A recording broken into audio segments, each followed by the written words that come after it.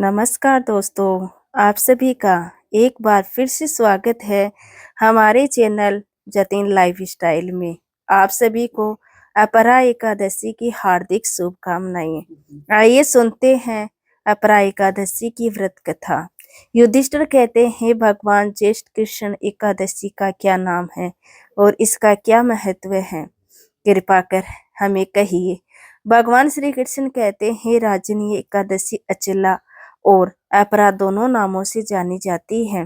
पुराणों के अनुसार ज्येष्ठ कृष्ण पक्ष की एकादशी अपरा एकादशी है, क्योंकि यह अपार धन देने वाली है। जो मनुष्य इस व्रत को करते हैं वह संसार में प्रसिद्ध हो जाते हैं। अपरा एकादशी के व्रत के प्रभाव से ब्रह्म हत्या, भूत योनि, दूसरों की निंदा आदि के सब पाप दूर हो जाते हैं।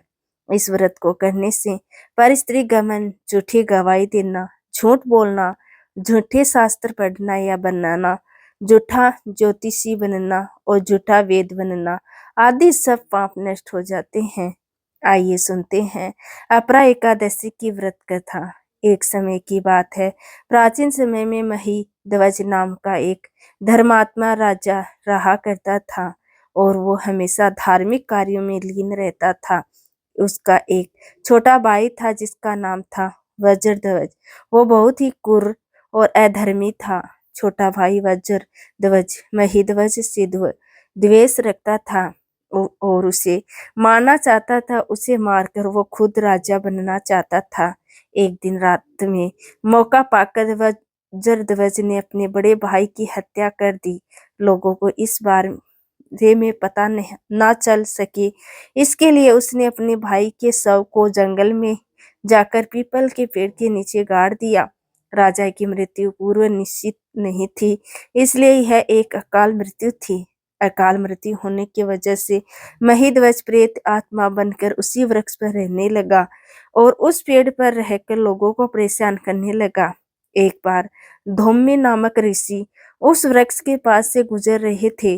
तब राजा की प्रेत आत्मा ने उन्हें भी परेशान किया, लेकिन ऋषि ने अपने तपोबल से उस प्रेत आत्मा को काबू कर लिया और उसके उत्पात का कारण समझा, जिससे उन्हें पता लगा कि यह तो राजा है और राजा के साथ सही नहीं हुआ था।